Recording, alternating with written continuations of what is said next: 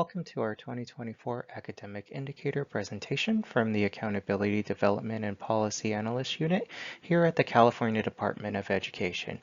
My name is Michael Ishimoto and I will be co-presenting with Sarah Maurel. Today's session will be covering an in-depth review of the academic indicator, and then we'll cover a few reminders about the dashboard in general.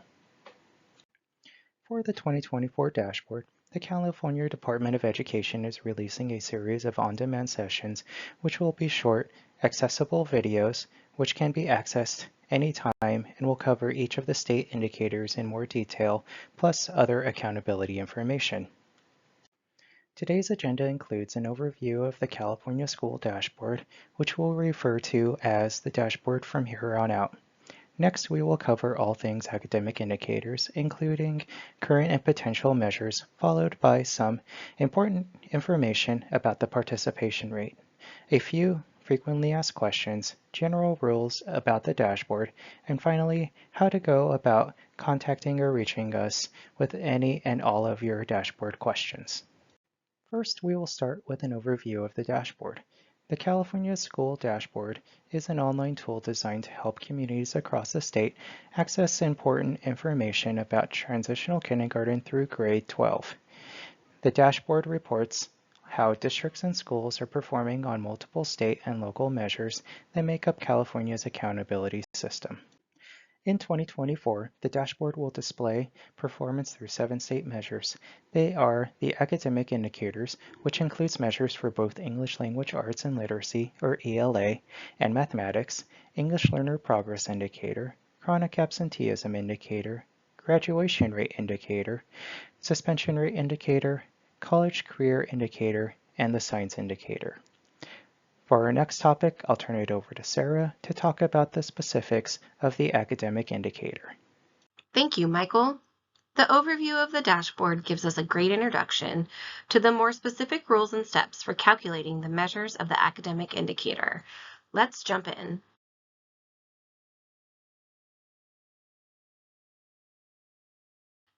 First, we will provide a general overview of how we measure performance and assign colors. For the academic indicators, the measurement of performance for local educational agencies, or LEAs, schools, and student groups on the dashboard is done by looking at 2 years of data. Status, or current year data, and change, which is the comparison between the current and prior year's data.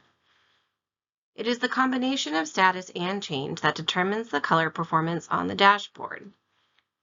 Performance is indicated on the dashboard by a gauge with 5 segments of different colors. Each level displays an arrow pointing to one of the 5 colors. The colors range from red, which represents the lowest performance, to orange, yellow, green, and then to blue, which represents the highest performance.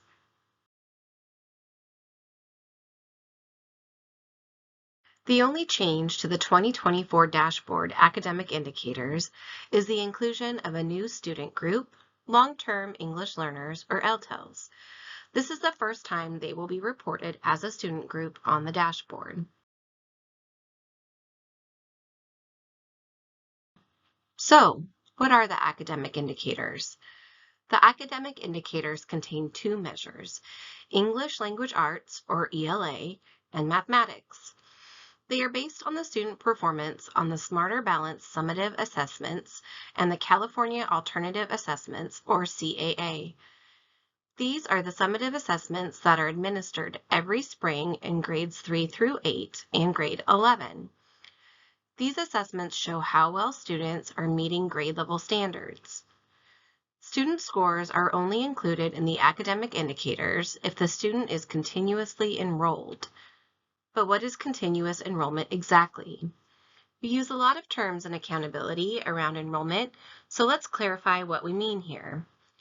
While cumulative enrollment is enrollment at any time during the school year, continuous enrollment is defined as enrollment from Fall Census Day, or the first Wednesday in October, through the time of testing without a gap in enrollment of more than 30 consecutive calendar days. So, if a student has a gap in enrollment of 45 consecutive days in the middle of the school year, their assessment score would not be included in the academic indicators.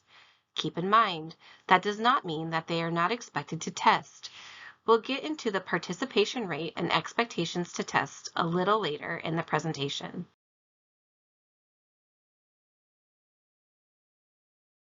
Since the academic indicators are a little different from the other indicators and isn't self-reported, many people want to know, where does the data come from?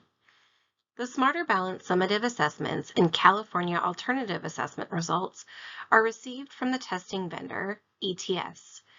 We also extract data from the California Longitudinal Pupil Achievement Data System, also known as CalPADS, to assist in our calculations, specifically the demographic data to make student group determinations, enrollment data to determine which students are included in the participation rate, and enrollment data to determine continuous enrollment to calculate the distance from standard.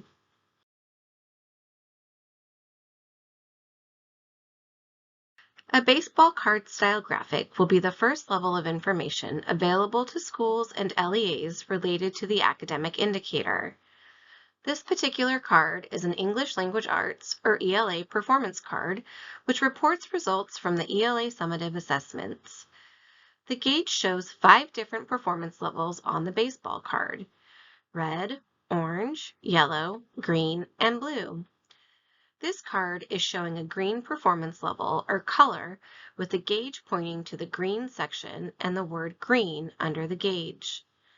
Below that, we see the reporting for status and change.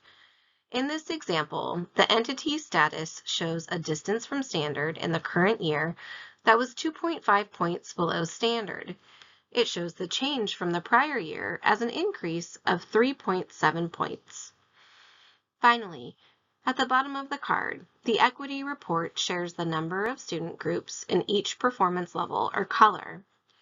In this example, there are 0 student groups in red, 4 in orange, 5 in yellow, 2 in green, and 2 in blue. There is a link to view more details at the base of the card, which provides more specific student group information. You will find similar information on the math academic indicator cards, except they will contain information on the math scores.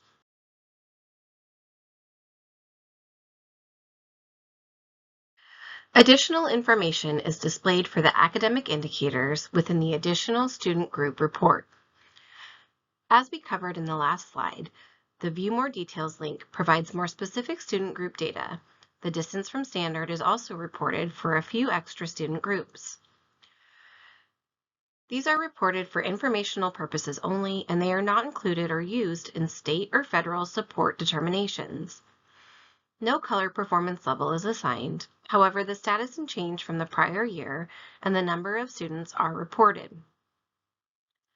These additional student group reports are available for current English learners, EL, reclassified English learners, and English only. In the examples provided, the current English learners had a status of 106.7 points below standard. They maintained a number of points, and the number of students are listed. For reclassified English learners who have reclassified in the past 4 years, the status was 27.3 points below standard. Change show that they maintained a number of points, and the number of students is also shown. The English-only group scored 22.7 points below standard, and again, the data for change and the number of students is shown. Current English learners are only those students who are classified as EL in CalPADS. It does not include any of the students who have been reclassified. The reclassified English learners include students who have been reclassified for up to 4 years. And English only are the students who are not classified as either EL or reclassified EL. We have mentioned distance from standard in the past few slides, but let's back up a little bit and find out, what is the distance from standard, or the DFS? The DFS is used to determine the status for ELA in math. It is the distance between a student's score on the Smarter Balance summative assessments and the threshold for the standard MET achievement level. In other words, it is the distance between the student's score and the lowest threshold scale score for level 3. The scale score ranges for the Smarter Balanced Summative Assessment vary by both content area, ELA and mathematics, and by grade level. The scale score levels and ranges for each grade can be found on the CASP website, which can be accessed through the note-taking guide. Now that we know what the DFS is, how is it calculated? It is best to explain the calculation in 3 simple steps. Step 1 is to calculate the DFS for each student. As I mentioned earlier, this means referencing the student's scale score and measuring the distance to the bottom of level 3 for their grade level and subject. Next, in step 2, we calculate the average DFS for a school or district using all students' DFS values. The average DFS will be used to determine the status level for a school, district, or student group. Step 3 is to calculate the change based on the difference in DFS from the year prior. The average DFS and the change from the prior year for each assessment is used to determine the performance level, or color.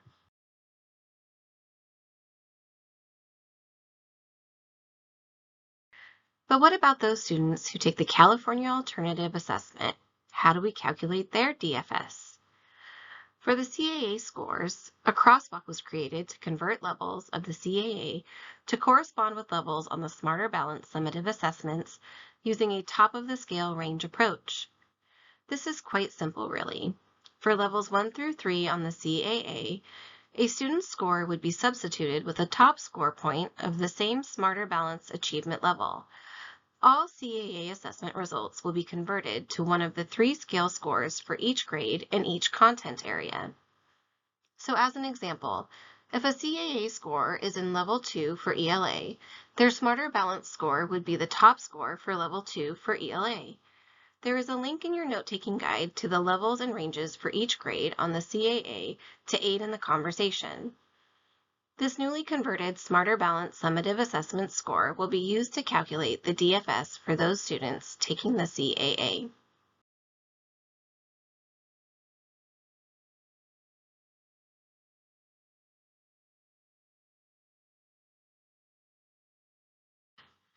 Now I will provide details on how performance colors are determined using a 5x5 table.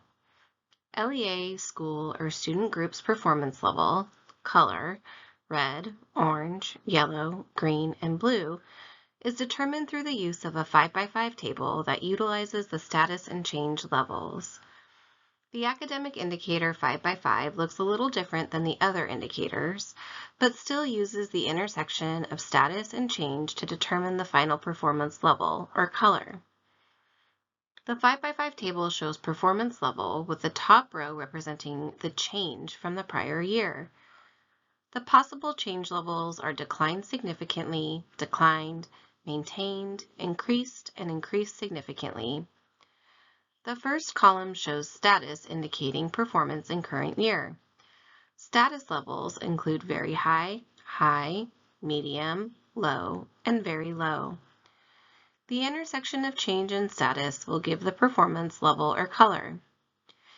In this example, academic 5x5 chart, in order to receive a blue performance level, an LEA school or student group would need one of the following combinations: status of very high and a change level of either maintained, increased, or increased significantly, or status of high and a change level of increased significantly.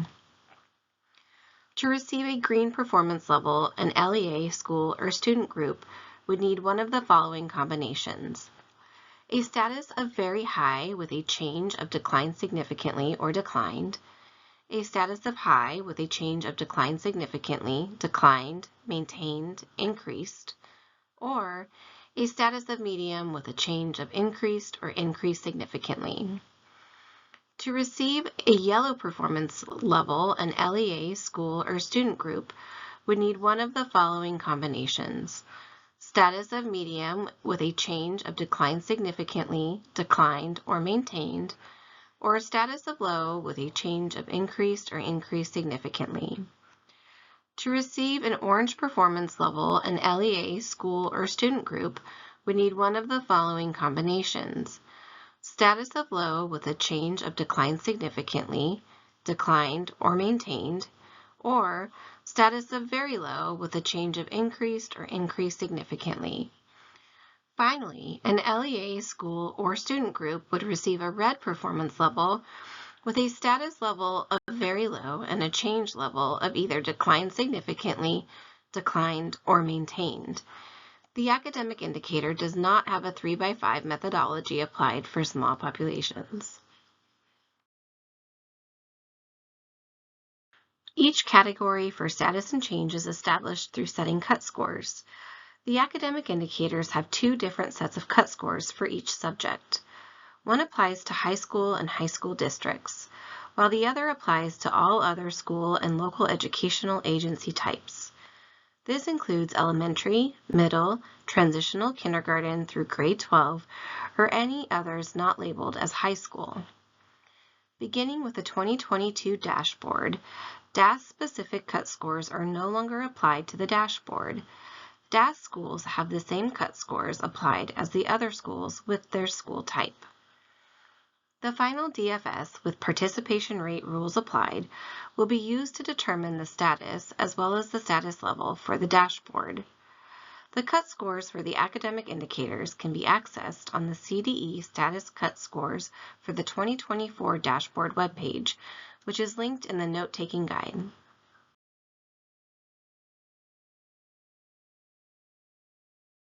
Based on California's Every Student Succeeds Act, or ESSA, state plan, schools that only serve transitional kindergarten, grade 1, and or grade 2, the non-testing grades, are required to receive a performance level on the academic indicator even though students in these grades are not administered the ELA and mathematics assessments. The process of assigning DFS results to these schools is called pair and share.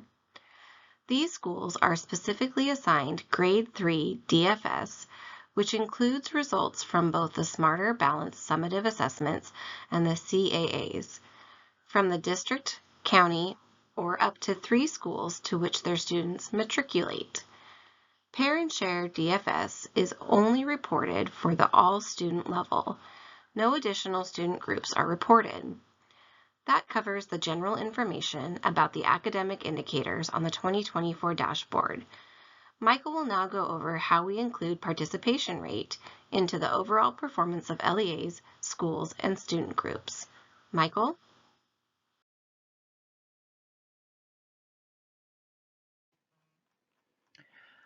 Thank you, Sarah. Now there are a few things that affect the final DFS for a school or district.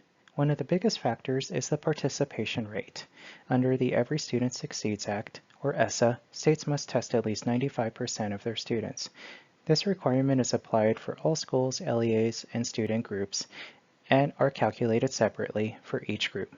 If they do not meet this target, California must assign the lowest obtainable scale score, or loss, to each missing student that is needed to bring the participation rate of the school, LEA, or student group up to 95%. For ELA, the assigned loss score is negative 333 or 333 points below standard. For mathematics, the assigned loss score is negative 348 or 348 points below standard. In order to calculate the participation rate, we apply the participation rate formula, where the numerator is the number of students tested, divided by the denominator, which is the number of students enrolled during the accountability testing window. In order for a student to count as tested, they must log on to both the Computer Adaptive Test, or CAT, and the Performance Tasks, or PT, portions of the assessment. The student does not need to complete the entire assessment. However, their scores will be included in the average DFS calculation, even if it isn't reflective of the score they would have achieved if they had finished the assessments. If not enough questions were answered and there is no score generated, an assigned loss for their grade level will be applied. The denominator represents those students enrolled during the accountability testing window. Many rules are applied to determine if a student is considered enrolled at the school or LEA.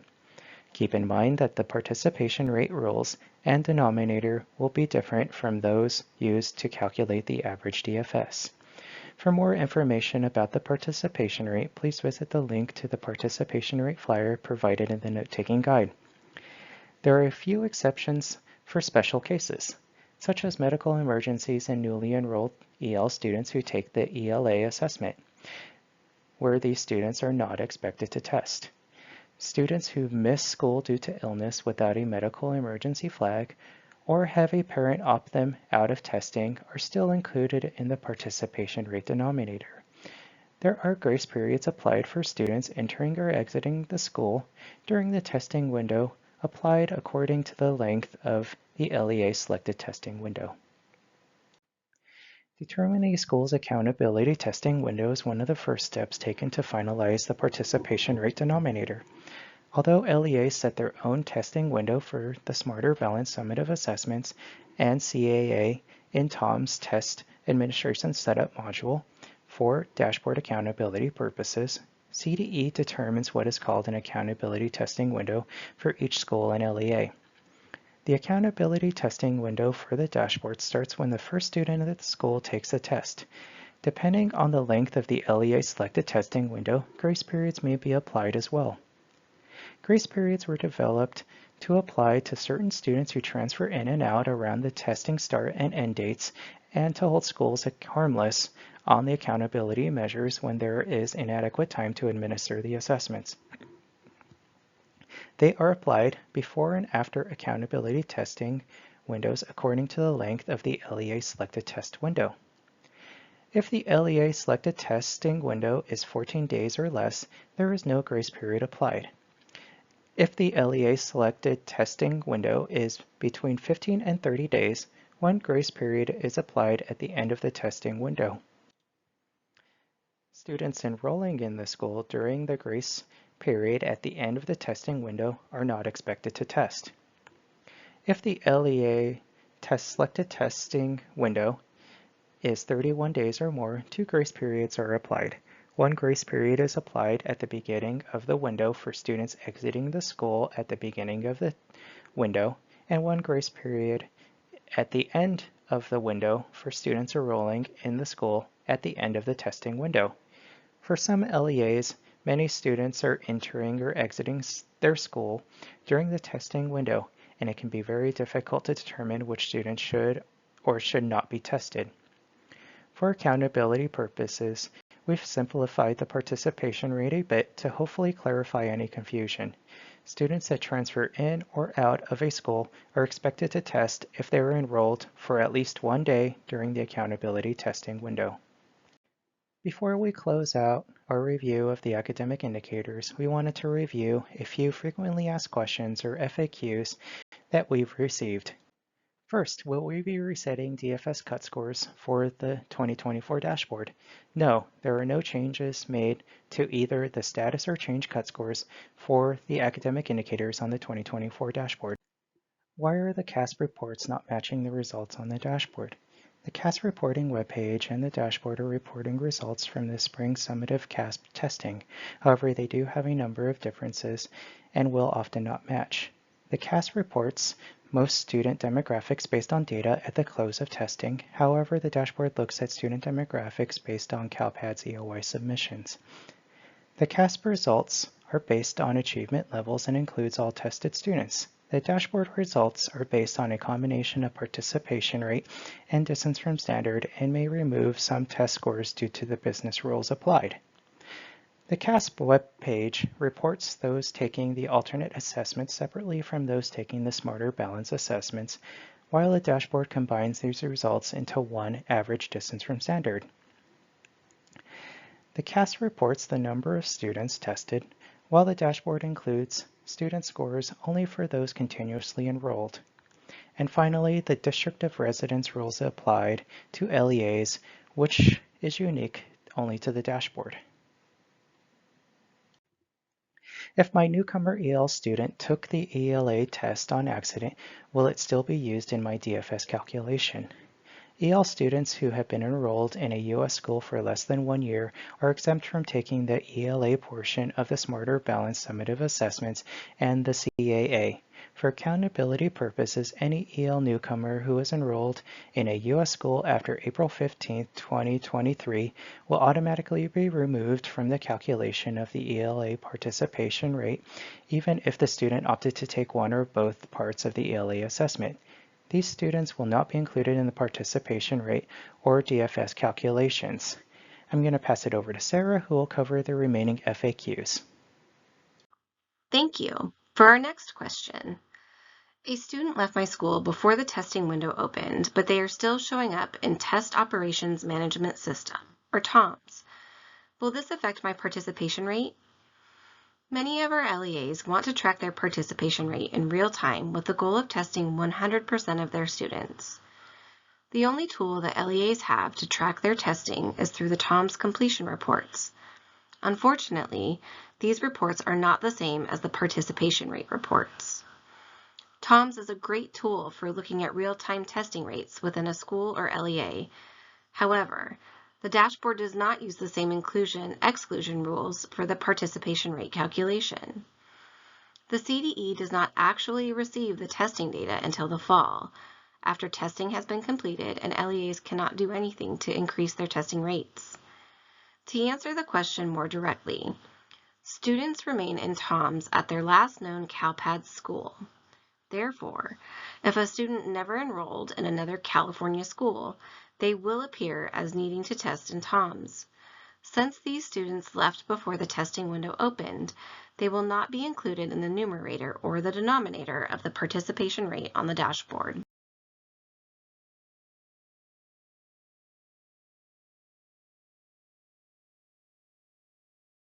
A student left in the middle of testing but did not start any of the assessments. Will I be held accountable for their test? If the student is expected to test and did not test, the school and LEA will be held accountable for the student not testing.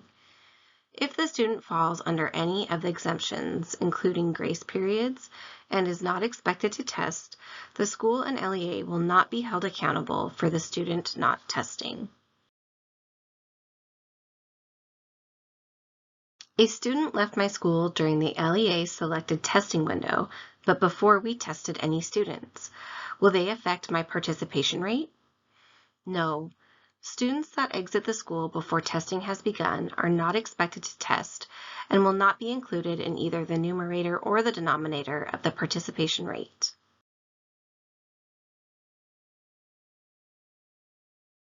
Will the California growth scores replace distance from standard for the academic indicators?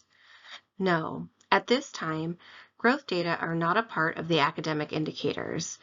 Action would need to be taken by the State Board of Education to add growth scores to the academic indicator or change any current academic measures on the California School Dashboard.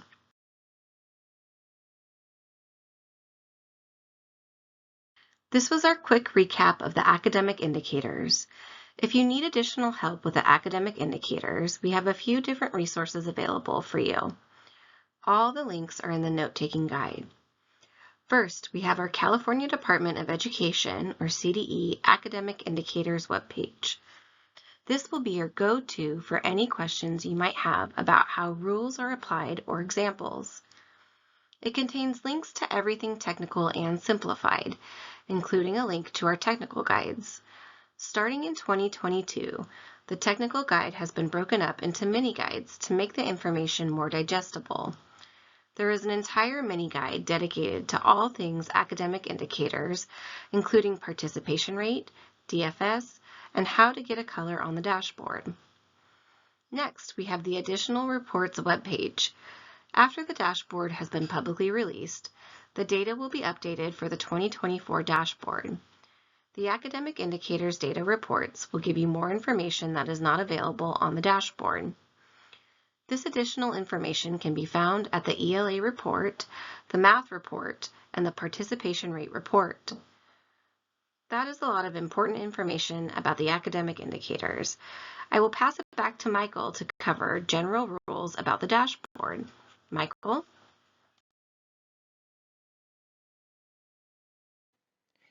Now let's walk through some general rules about the dashboard. First, we want to clarify a rule about charter schools that is unique to the dashboard. Because charter schools are treated as LEAs under the Local Control Funding Formula, or LCFF, their data are not included in their Authorizer's Dashboard report. This includes both direct and locally funded charters. We will now go through what the accountability and size thresholds are and how they will be displayed on the 2024 dashboard.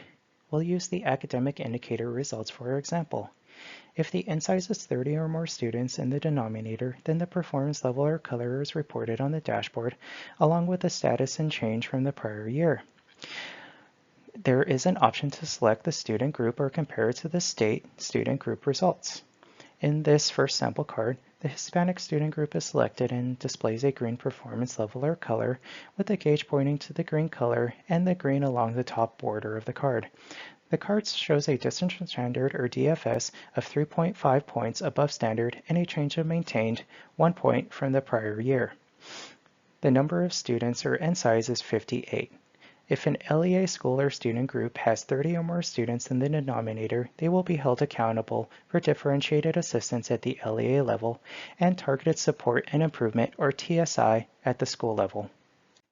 If the N size on the dashboard is between 11 to 29 students in the denominator, then only the distance from standard and change from the prior year is reported.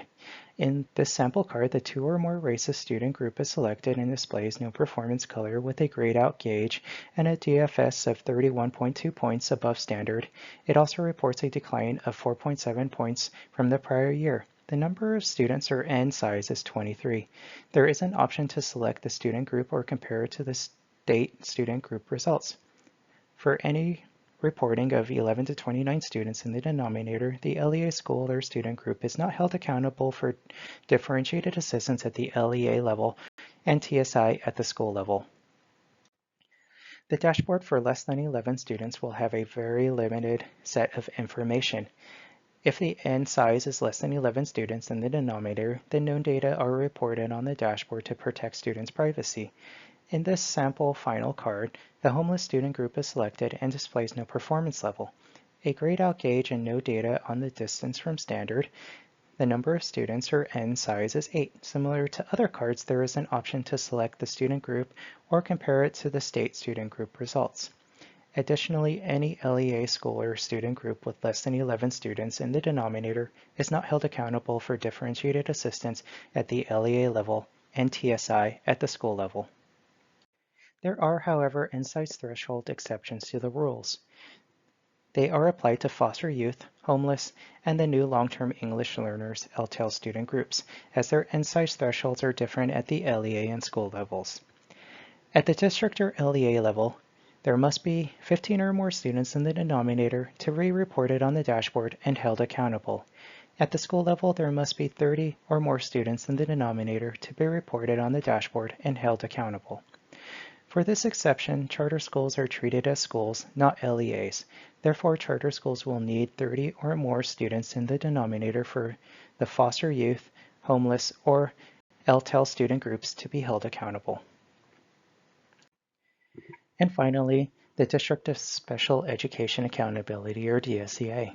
The DSEA rule is applied to all available state indicators for students with disabilities who receive special education services at another district or county office of education. All students with disability test results are sent back or reported within their district of residence. Therefore, the district where the student geographically resides is held accountable for their assessment outcomes, and that data is included in that district's academic indicators. Please note that this rule applies to LEAs only. All schools, including charter schools, are held accountable for all students with disabilities. This rule has been applied since 2017 for the academic indicators and the 2020 reporting of the graduation rate and CCI data on the CDE School Dashboard Additional Reports website. It was applied for all indicators starting on the 2022 dashboard.